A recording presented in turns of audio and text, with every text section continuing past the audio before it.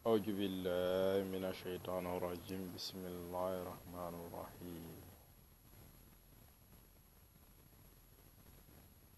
اللهم صل على سيدنا محمد وعلى آله وصحبه وسلم بارنغالو مبالو كونتونا مسلمي يا كنترولا تجنين تايا كنترولا هالو كنتون جاهنغا يا كنترولا halu konton ñohon fahamu controla halu konton sali controla sun kar salo atala la sallu bayinu sallahu hormonoro na barkola halu konton onorola assalamu alaikum rahmatullahi ta'ala wa barakatuh baringalu mbalu kontonna alhamdulillah rabbil alamin bi hambi ate wala hada awa donc 12e partie awa wala muyinti mais tambe hambi e comme ate ku kilingala mo dolbe explication le to ala ko jahangolu misilimolu bariŋolu be hakuñayin fahamu kumen na keta tuba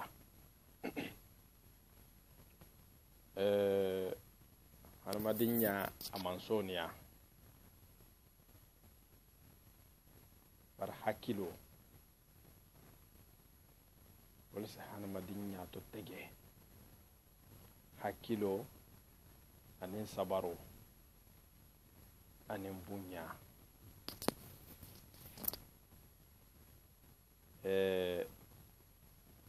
duniya kuwo kundi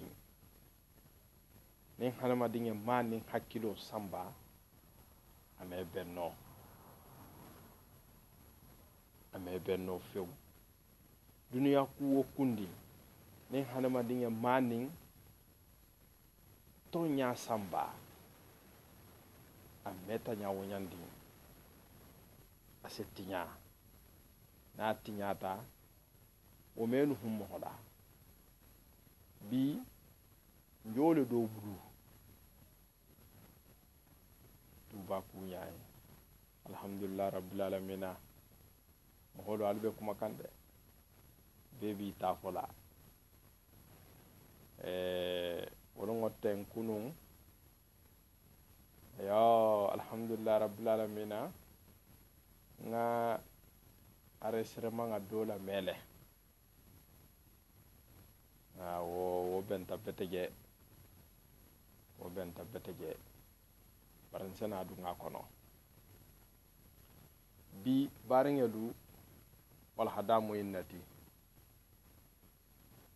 nyin drame moho lulo yin na kola mo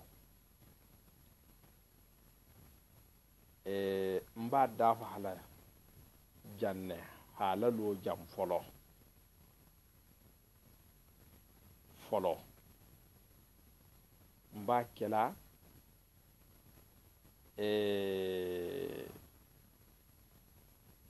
udanta mba kela o drone la kola ke moho aketa nyawo yandi yo mbe mu moho leti bon donc bari moho so kutuje moho dola kuola o moho do nta moho to fola bar wala ko kamala mbe kudolu bi jen so tuje folo ma fo dembe kumo dabulala ntanta kuma dabulala mo honte ntela de la mo hombe na de no fana parce que men ka tabe halon ne donc wala hake mba fola ko sule bala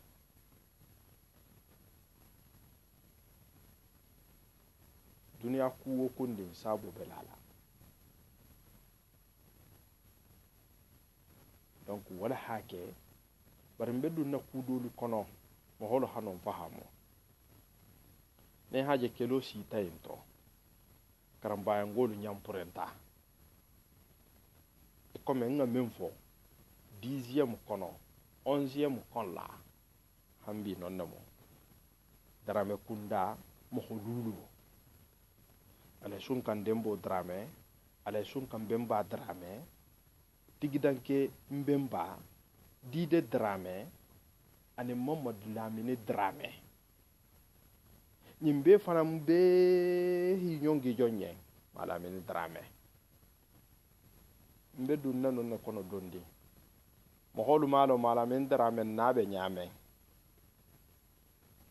baran so nyasi falien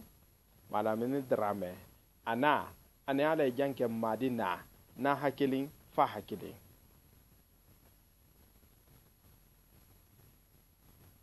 nso fo jamae alhabo kalama mo ho men yi sigi kramba angolien ki hawli ko hata hanna luo jani Malamin drame ko hambay tuba ana anin toluna na hakilin fa hakilin to manda se bunya dole hakilo ba kon ne haje nyinu dolu nyampurenta ebe mun fola ta nyinu na hakilin ala moyenti ne haje nyimbe lori nyun kontro aha ni haje yimbe lori nyun kontro way kudo bije walu Malamin drame ala to nyininka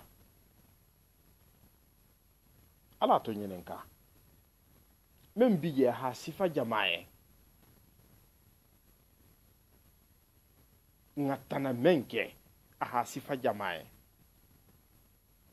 parce que ibe turangolu gosila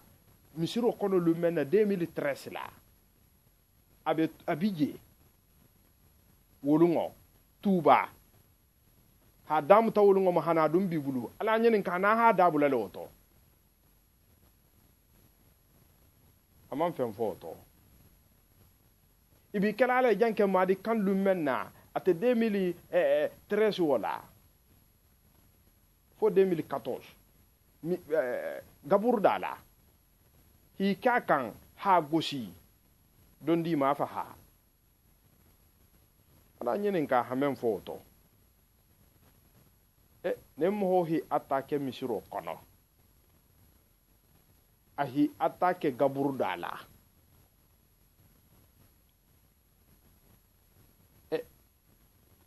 hi atake dula beto halo ninkele lo holentila ibi so bola lo wala hana madingalo alayim fahamu karamba ngolu alkantala ala hayim fahamu ne haja nganso bo alkolo ko nganso bo Allah alkolo ko misiro kaltale mo misiro ti ko mesal misiro kono kon dun tulaje ko ngaboje nyina fotanye ne hamu adanga le hamu gosi misiro kolla ne hamu gosi misiro kono mumbe turinno adun ihalon ne ni nganlo nyamoli doma imenu ntul bayla no misiro kono bari ni haje ntul hawo tuje man la fi kelole la sallungo alla sallumba men ketaje aketa Mamadou Lamine drame singe kanne aba kalama to mando fanga se tra combine kono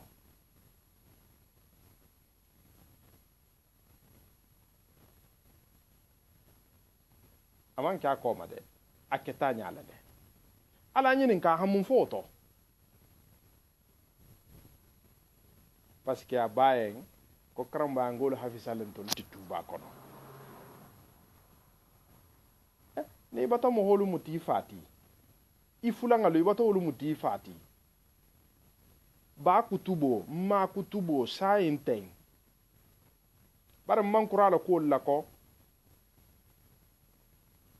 ke ha musu bun mohammed na kuoto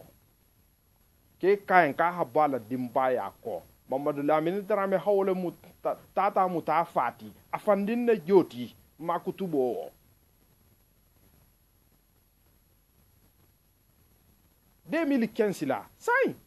2095 là Conakry sai inte bonagi ma fangano sankumbaya no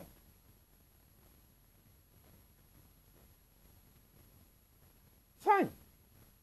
o keta be nyaala le mbe Conakry o manda o be laare mbata to nyini manda be la bola le jonga muso fa hake o fa ha na tele sabonde na tunga kaso ke wolu ngono na tunga kaso ke wolu ngono I hamanda membo a kontro I ha muta aha kaso ke hara hatili fula sabale ke kaso la billahi wallah ta'ala ça lui donnera du conseil pour éviter une autre catastrophe.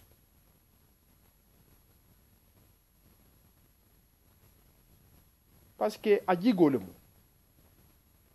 kumenga labo matang ba kalama mbena la dunna lo fanan kono matang mentam bita matang bonfi ma fanga fo matang mba kalama so se kewo yano mbena la dunna be kono le o fanan ajigo lato aha kumen fita o koto mbena la dunna lo kono ni ala sonta mala men dara me falle joti o fa keta mo sufa o menti bara bati bo ko fa kutantala ko alay bam fa drame menje tuba ababa na hakilin doko menji je ko on ta fati ko do nyulle ma fati ma fode sai gabur dala ibala janke madi gosila abe sigirin mo si jigo la wolto sai aba ala talibo kebe ke ba dole mu liyon ma fanga saksi gambeta wa ma fode la sigile jama tema ha fayan ko ma fode ko alnu annabi ko wuli ki hi haye ba ma ki ba ko nin sonko sufayen nin problème sufayen be tuba ka se wulle ko hilo ko ha problème dala sa o ho fayen jama temale ko jama hala siama ka hawla hilo ka se no lala ba wolungo ka ba ke abe kebe ke ba yin ko ma fo de ha ba lo dula sile Mohamed ma ba dondongo si amansa asise kutoto o se kese bo jabato ne ma fo de hilo ka hakelo ndala sa ben kanto be godi men soto la ma fo de benala keladi ne mbam ben kanto godo manketa ben kanto ma adum ben kanto bata informé alako ase jahanga dingal ning karamba dingel la godo détourner nyame hala mutila ko hata hake kele kerangati ha fanga ke kome katebe tuba le tobenna hinu hum barenga luma ana tata haben kanto créer ko ha fo misilimo lien barenga lien jahango lien ko fidawo ko jahango ha finance jahango ha godi men sara fanga habum ne ma fo de hilo non kate bo regile la wo godo men sotota eske wo soto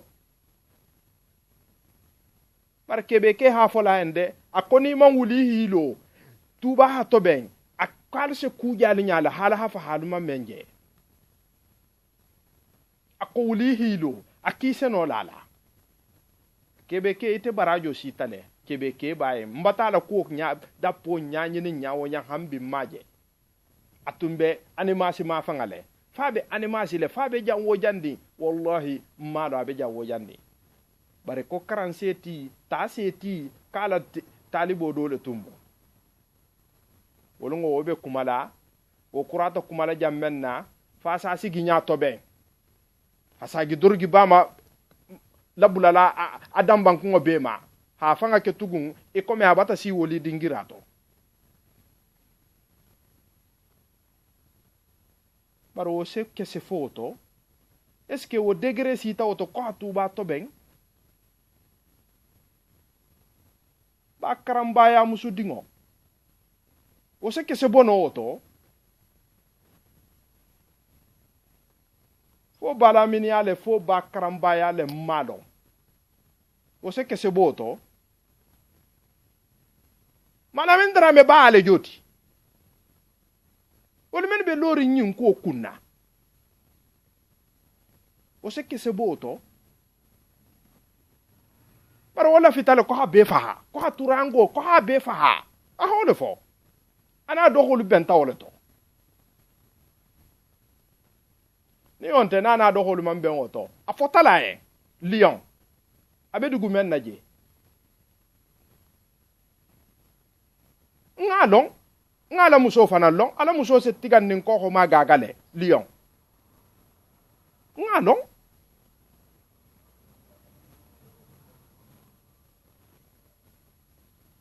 o se ke se boto o se ofo adoho harje he hadoho ya jama kun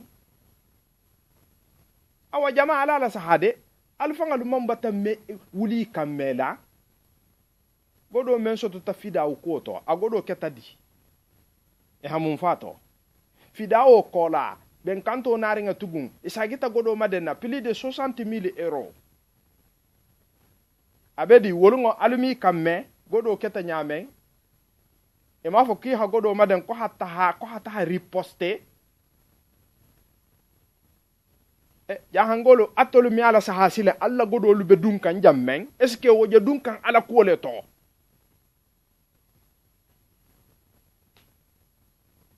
ni wulta ko école kuo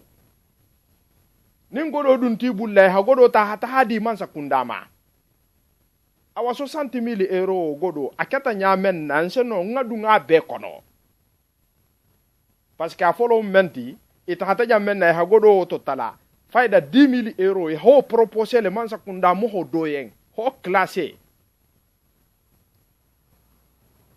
atigobe justice le la 10,000 euros e hawle proposé woye alla godo ja hangolu ale be wula 4h du matin 5h du matin hata godo nyina al tarola hanati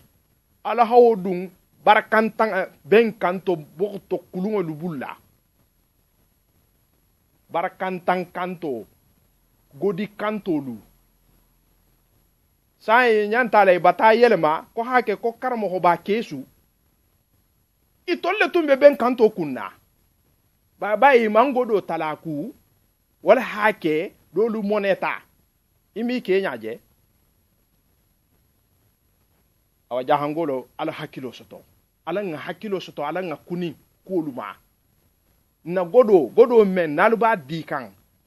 abeta kam sakundale ko ha riposte 10,000 euros e hawle di o marigo ha 10,000 euros e ha 5,000 euros men nu ngabulu wa avion ota hananaran hana ijara jang hero hatila hasi alla godo to hasaji ko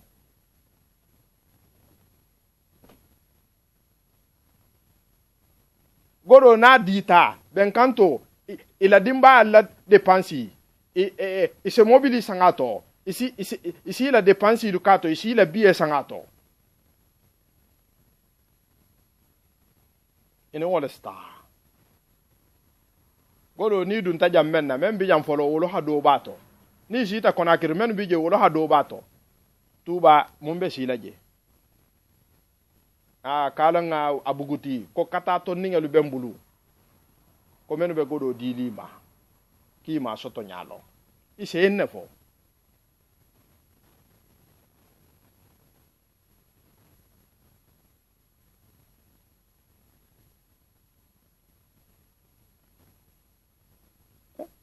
mala men darame hisigi ko hanto la lolu gurja ko hanto la jamalu gurja awa altala ma Allah mutade militaire lu hadum folo menke tuba wolungo militaire lu nata moho tili wo tili abesarala 200,000 francs tili wo tili moho men nata oto asita fo mo bisaba ala dembo million bilulu a hole sara ha dum karambangolu bulla parce que bata la fili bata konto fili e malo e semenke e semendu militaire lu bulu militaire lu bata nare e ha 20 millions o dubudu ko to kisa wol ko yenki la carburant ngoni la godo ko hasara ko tili wotili da sikam fula wuli keme fula alla godo amata hadi made akola ko hi don tala ko karfar godo babulu ala sun kan dembo ha fotay ko karfar godo babulu million bilulu ha konti ha dubudu ya ha dépense bo le to hansinin ala julo bila julo awuli tama kanin na jammenna ala sankunga kan ko ko alai ka keta nyenki ha godo dun karmo ba ko le to wolungo nin militaire lu manta men keta billahi wallahi tallahi naseke awa mohamenu fahata ala dembo ala sunkan dembo itabato ni menu bota billahi wallahi tallahi itabato dunia han alkiyama mana min drame ni menu bota itabato dunia han alkiyama atolu jaha mo hola albi sigila kalbe godo di la nyunuma ni nyunu tin reshita nun abato liyan komo itumbata pilanga be tobe jaha bunti je imam pilanga tobe jaha bungo memma darame kundangolo wolle ba kunnako ko no mbungolu dide darame la hawlu sifa ça fait ni kurata masta bambo yala kurata tura yala ibena la jamen attaquer la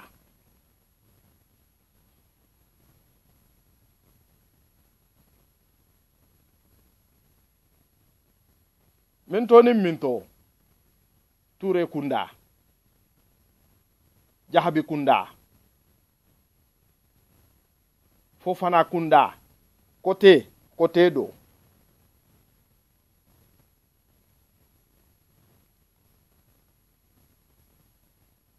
saho kunda alay kanjura saho dinke la bungo e ki ba jannale o be list kon lay bulu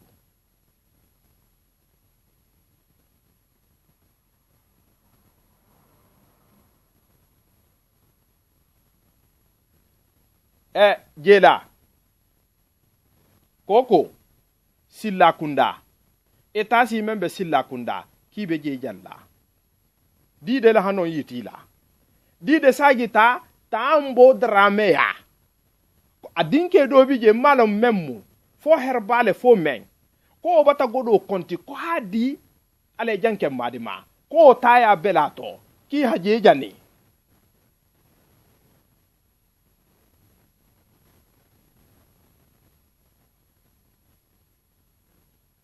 ko bata godo di janke madima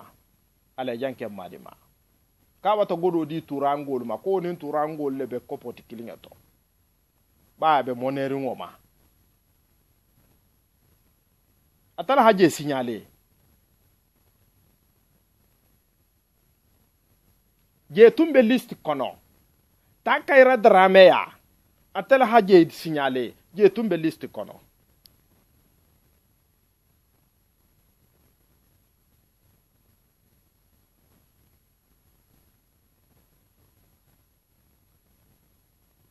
dans son kunda minte kunda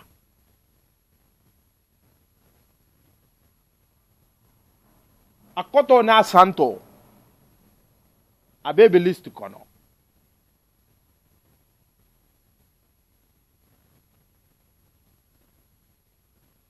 ko haje be gurja ça fait ni réussite touraya tama après si le ben ale riposte la do nyul lema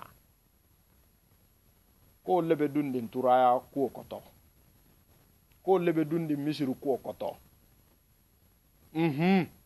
atolu mo holu atolu nte do mo hodoti alisti bibulu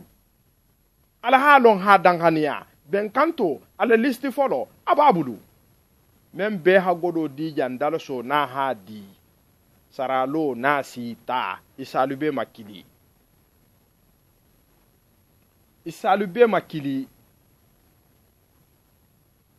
parce que ben kanto amala wuli kukutamade a hayinna wulle ko hayita ko jahale bi soutenirin ko jahale bi ko e anta ala kumo kon la ko jaha ko ki hawuli ki hawa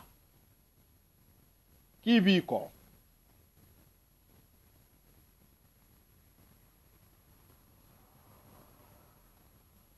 ne amala men darameji ilala wolu kan ko hantolu kele mumu hasidi yante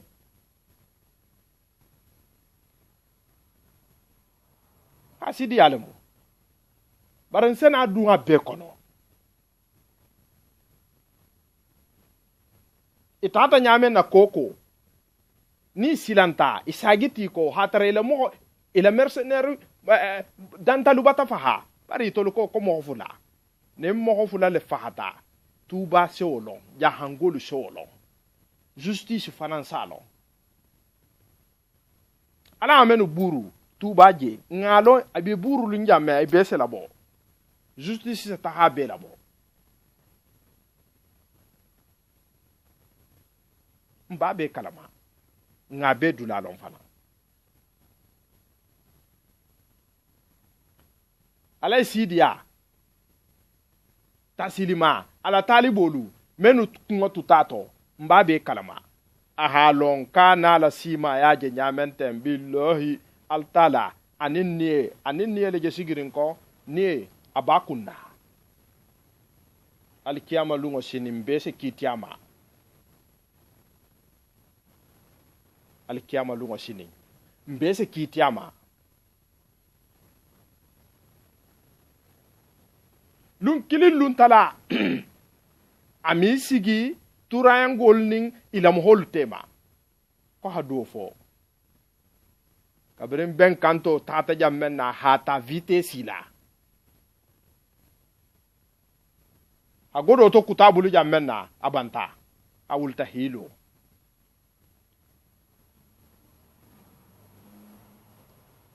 mbabe kalama ahamenu nati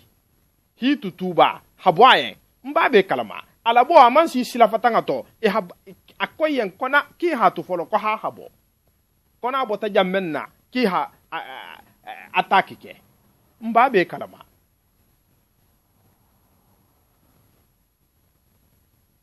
tala talungo fo arabalungo alamo holu ha mobilita ila mobilita otumola hataha kudarangoli hijele be tambila tubangoli hijebe la mobili kono be tala dolu tahata dolu tuta dolu janita mbabe kalama abese na sifa ni ala sonta ala dembo ko alqur'ano ko ni ba mutala tuba ko fiya ta karamba angolia ala dembo ni telebe alqur'ano mutala ise ta karamba angolia barante hi fa menu long nta alqur'ano jelo wulu bebudu ala fode burahima drame afata 2013 fo 14 anyohon alqur'ana karanna tuba kon la hambi masu faje sambi sago gema alqur'ano karanga luwolum ababulu ana salige na ako mu mebe ahamen karambango isa bela den ime akaranno ale fode burahima drame o mu drame leti drame kanji par megenti tolle budu alay ba fode drame bayim ba fode drame alay fode burahima ana anintena baba na hakilin fa hakilin karambango hasutu wala la hasiyantati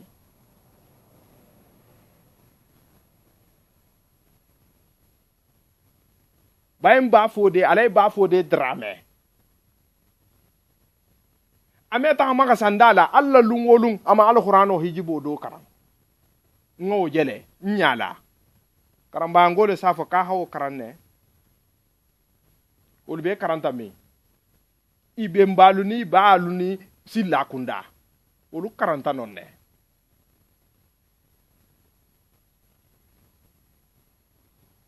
bayin jeri badrame alay jeri badrame anyonga alqur'ana karanna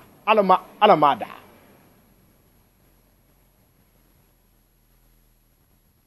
bayin alay karam badrame dame bula wo fanga tato alay ba fo de drame na anintana baba fa hakilin alay ba fo de drame na ani alay fo de burama drame na fa hakilin inin nalu baba denta falela anin do na denta sunjela anin fa anin borala atol safo ko karamba ngolo hasutulen tulla ntolti karam darame kunda ko darame kunda ngol nin karamba ngolo hasutu hasiyan tolti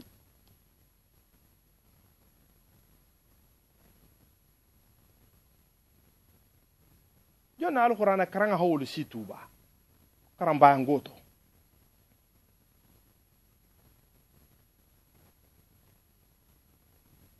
barin ken ngalong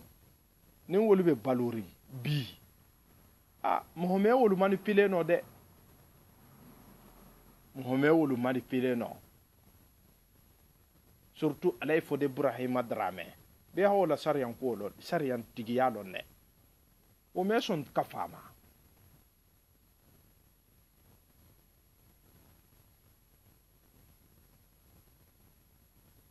barmbe lar ngala ni wo be balu kono billahi wallahi tallahi men kata me kala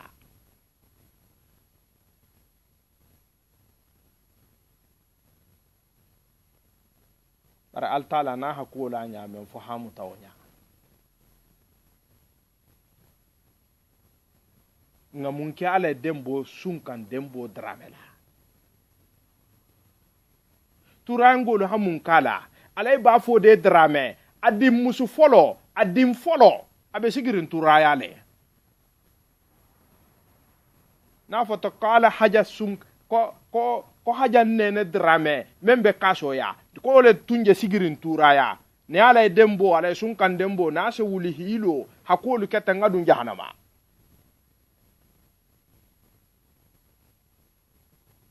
baba na hakilin toti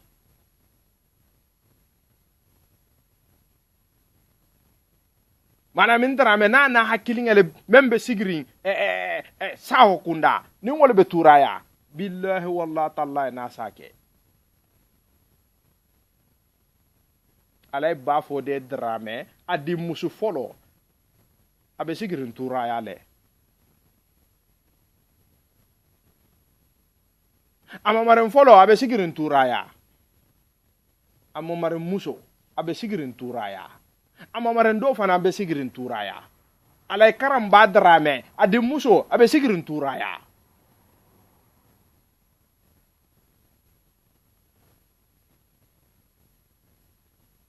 bare ngalo na alu fanga lu bar musu kuna ngal moti e comme al na hakilim bar muso du alu me woke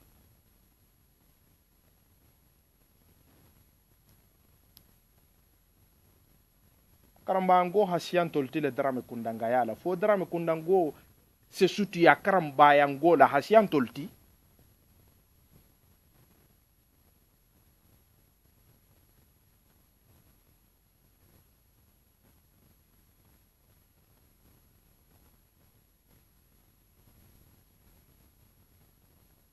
ngamun kala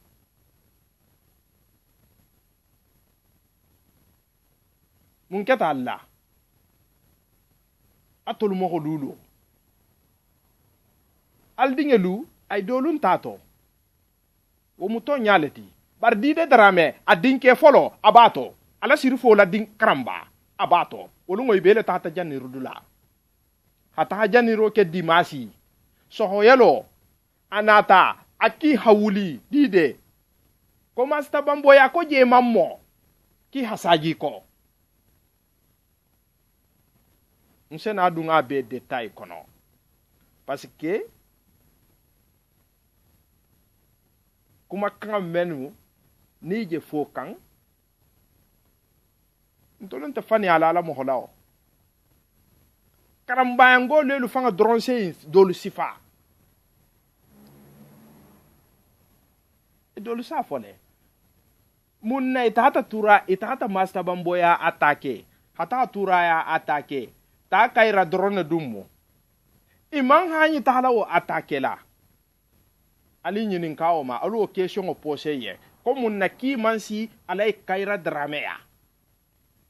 adun dide drame haje signalele atambo ya signale adin ken ni ala eta si men bije aho signalele dide drame hasilla kunda eta si men be silla kunda hawo signale karambangol na tade hi hasalanga tege ay video fanam bije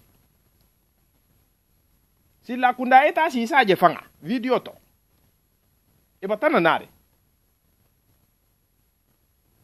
ni haje itata tura itata masta bamboya atake parce que halon ne compte tobendi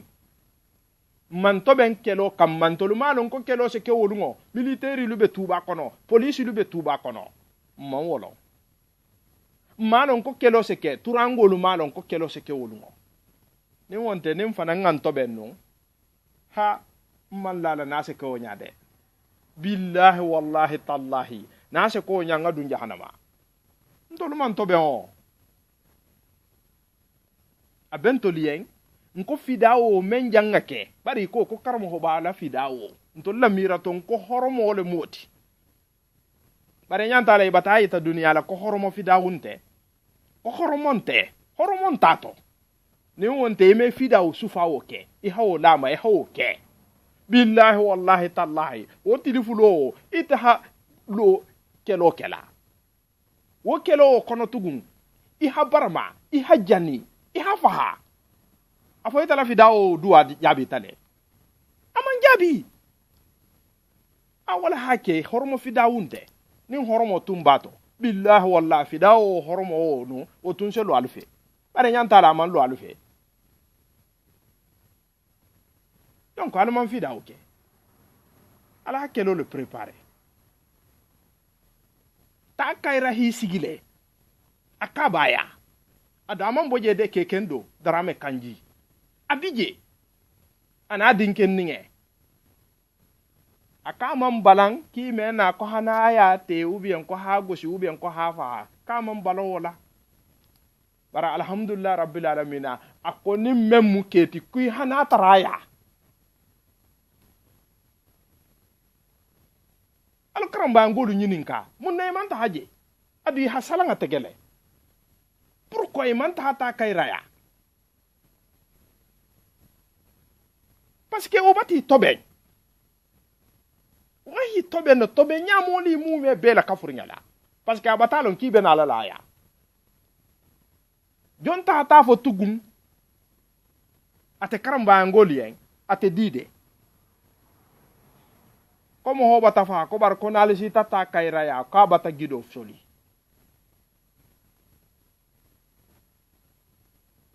asia abata silang parce que halon ne adatal tata fo yen ki hata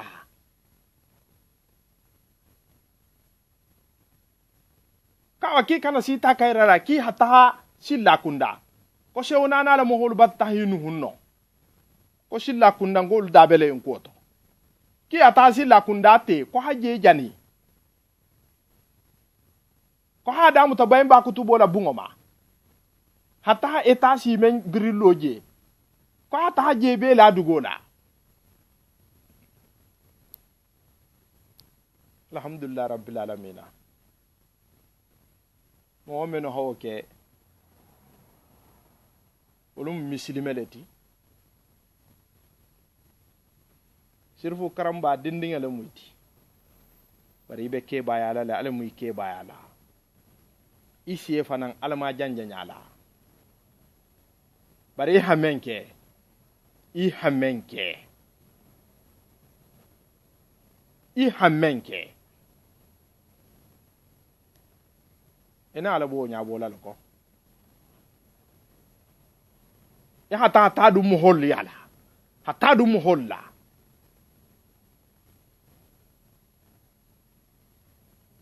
ntoli hinin alaletu alkoko karamo hoba ku kelo mbati nate karamo hoba wotu hinin jikirturatu hinin misirotu na fo na tarta de konte misiro lola alale alo misilimolo alako holo habato nin sanje nata sama men jato ten nin sanje nata santongo me bono santo hajigi isa tara je bata silo bela fa ke ba koto bi tamala je woto nyadi kita hajigi plus de 800 mètres kita ta hamisir doto fero dumbe kering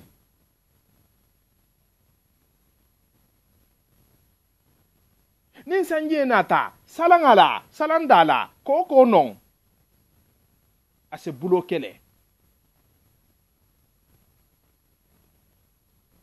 ponninga men lo tanon karambaya ngolu hi shemu me bekele e eske hi dabula ponninga wala kuoto salandinga wala kuo eske hi dabula to atol ko ngol le manguli ate ala dembo fanga mawo ngoti hawo silo wo tobe na fota ko karambaya ngolu lu be koko no jie la ta non kunna kunya kili afula nyoho atol bese wuli ko karamba ngolu be non ko jie batala ko ha pongo tobe al sa tobe bar karamba ngolu eske hi nyinge su e hakolo mo su yinge to salanga wala ko to imake ol dumbo kala munna parce que menu bije hajulen to wala imi fele fuiti ko fi la jonken ningelu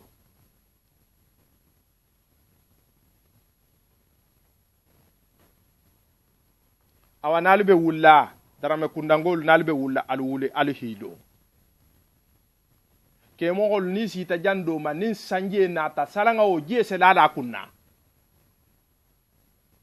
wolbe taala nyaade hata sali ferobe kerin janna ala ha godo la compte bancaire la alme godo la bo ala mi sirolo ala mo holu bo holo to koko ni misiro hakanne ntol kemba talo autorisé alo misiro lo al ba damu tala karamango lu tolle folo balde mala nalu mala la ha damuta isa faliyem fanan kala ha falsifier ko ha be kangama wobe kala nyadi isa faliyem alu misiro ko mbata so barala nati alo ko ala hambo nyun kono malo yin kono alja dembende ali lale ko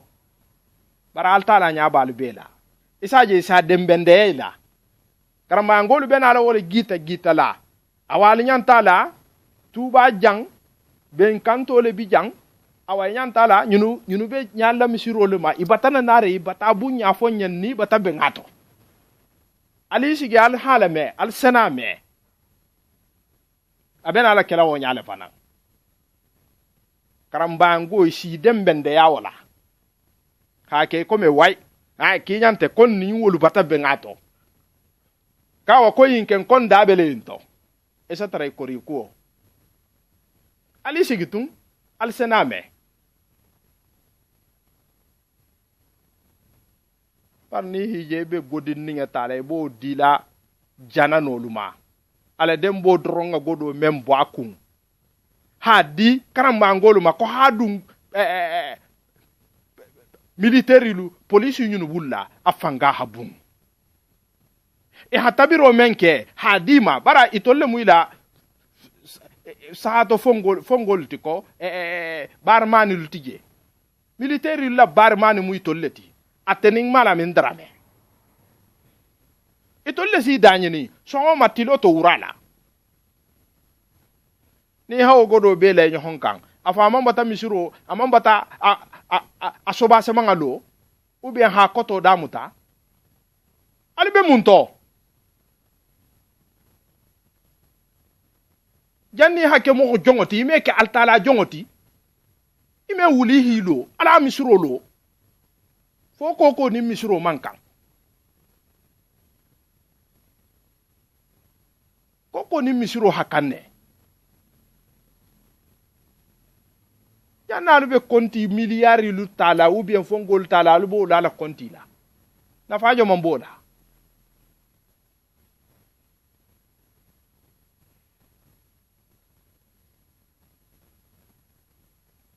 bar malamin drame mankura bare dolle la ko janga ke mbi tulaje folo bar billahi wallahi taala mbatan karim fa furela malamin drame ni singaje ben kanto ko luwolunding nin sende ila ko mabitugun nga ha turango je jango jande ha fo hankile ha wulo je jango jande ha kilin tola mata o foye isinye ngaje ben kanto singa to luwolunding wolungo billahi wallahi membe nuhundi jigoto nse du ngabe kono ngalon noko ta kanjura la kuolu atambita nyame nan babe kalama nsensi ge ngabe sifa mba kalama fanan e ha rolu men zuya to abiyan ko mo holu malon malamin drame mbabe kalama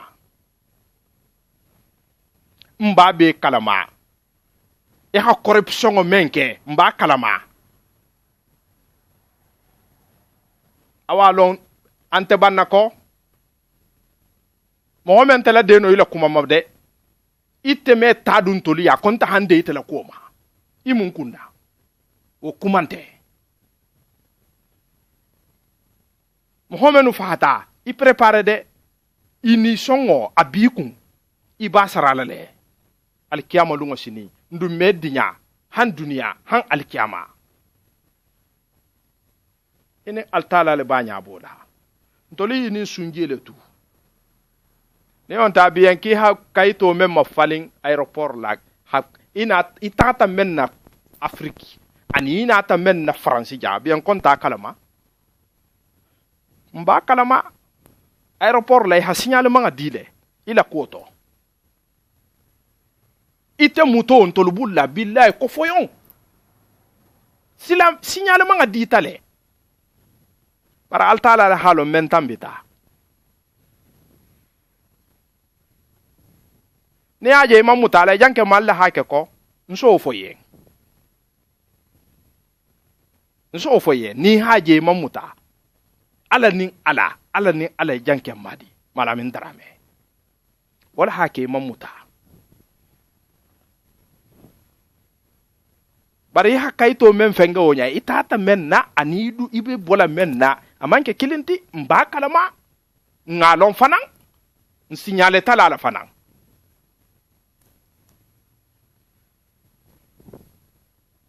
bare mbe sigiri hila saha ben kanto tata ta dunya hakura hananarin hana godima nyininge kijantugun ya godo men sara ita halon ini musu altata godi men sara ima ita halon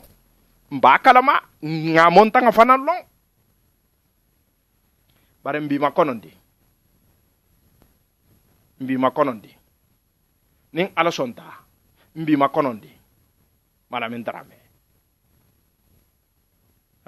ning ala sonta mbi makonondi hari ma mi rakaban tale amam bande amam bang e ha rôle men jouer mba be kalama e be jango jannin faransi ja e ha jango jandin ke dugo na faransi ja e ha membe tambe ta jemba be kalama donc attention de nta fola mo ko mako mba fola le pa barambi makono ndi mo kilin wala la ko janga ke mbendela kudoluma folo baran sa fo mo ho fana nyeng ni tata en na me a conseiller de nga singe je ben kanto singe to lungo lundi wolungo membe no hundi a jigoto nsa sifa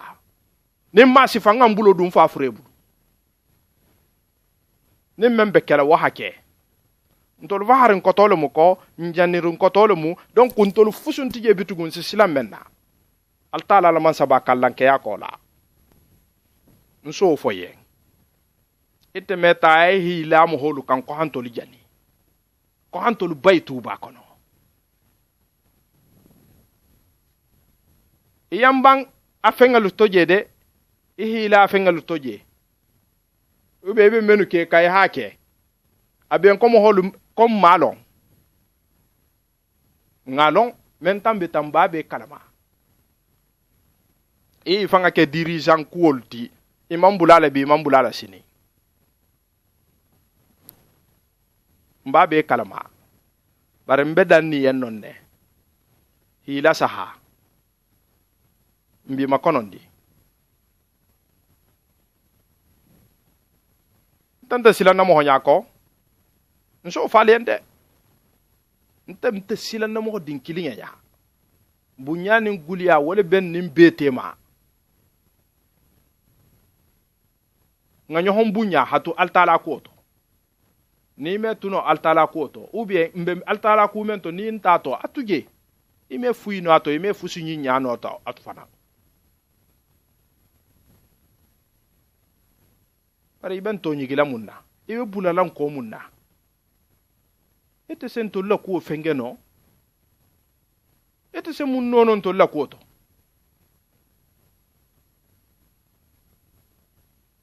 awani ala sonta on veille sur toi mbila sahakan nyabi la fanan ban kanto benga je jango janding nyabi la je ningi singa je mbatan kale alalan kale fente ite fanga salo membe tambila hambi barenge ke mana musumalu albedi nyala nyenne nte kumala tende hafo ko kukuta mba kole ki baringe ene memu ku kilinga ti bari masutungo na hi kele ka kele karamba ngolu be men kelo la nto be hawlo no he duniya ninge enemu duniya nin kelo enemu bay nyantala ku membe tambi kambi mo be nyantala be tuluntala awa hambi nta semen fo jahayen alanga nyala ka karambango ko jaha man kuni sen nyina muy dato den kiloti bare jahangolo ko nin juha kona kewu yata ko woro ka sa telaji fo lale awa ninja ha fanga kyalu bulu kunim balolati ibe godo la bola ibadun nal bulu gauche à droite kala hata hadun altala koto al hawo détourner hadun mo fa koto nin ala sonta adokuta alni itolle fanga bo yitala tulla ntolla kumante de bari itolle fanga ba yitala lakibata kuni nin ala sonta sise kunda alay bala min sise mfamadi ahadin yalu bulale ko ata hawala luo jani mfamadi ko bar ko be simongo gaga kan misiru lo lalma ko be misiru koto ko sise kunna ngol be misiru koto wol fanan na luolu ibele listi kono ki be je janda hamurota halala alay mfa alay bay bala min sise kanna ha barama le fanga ko ha fa ha mfama de bulla o men ja fanga keri ko me atenene man kuke mfama de ngalo batanyi na ila kankiran ningal la kuma kangal la de kodi ila radio kuma kangalu ngalo batanyi na wolla de ay batanyi na jahu ay batanyi na teri sa fe batanyi na ko la teriya e kana nyina folo de bay kuma ndamuta ko fui man damuta e kome ha fo nyame abu nyaale fananko fusu man damuta ni ala sonta fui man damuta fusu fanan manje fanan parante tulatenko ite misigi imisigi tuba kolla ha tuba nyake ha tuba tinya ha moholu buli nyohonna ha kuma fo mohola kuoto mente ni hije ni haje karambaya dingelu revolteta ihi sigilu menna e ko sankumba ture ko le lota militaire nya ko hata hali fo la dulali tala hata karamba dulali tawalla kala janke malla ha militaire lu sara ko hanaiti ko hanai kiato lukan karamba ngolu kan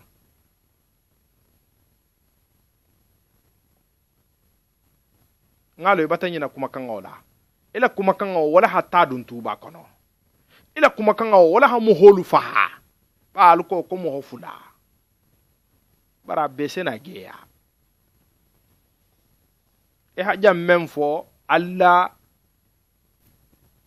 mercenaire fulo menu be laring gawali bare gabur kilin na muko wala bije gabur kilin ita halong kramangolo halong ne hayo wuluman ta tuba itolo halong bay halong adamu to ngole nun kombe dun nakono bare yantala alumi kamme awani ala sonta nsena dunje kono gaburu killing ibe nonne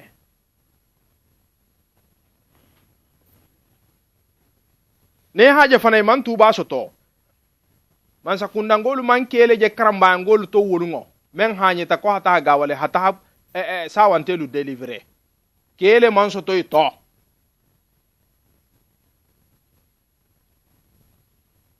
nin ke man soto dulamento ke man taraje menu man hanyi iman hanyi tala ben kanto iman hanyi ihibe kilile ki hana gawali kera batoli en commence kundangolu ko boholo bolu ngoto e comme boho balu ngoto nyame abatoli en commence kundabe be tamala akungolema tabata dun tuba moho nyunu batafaha turaya nanding karamba ngolle tahata nofe ha guma aboita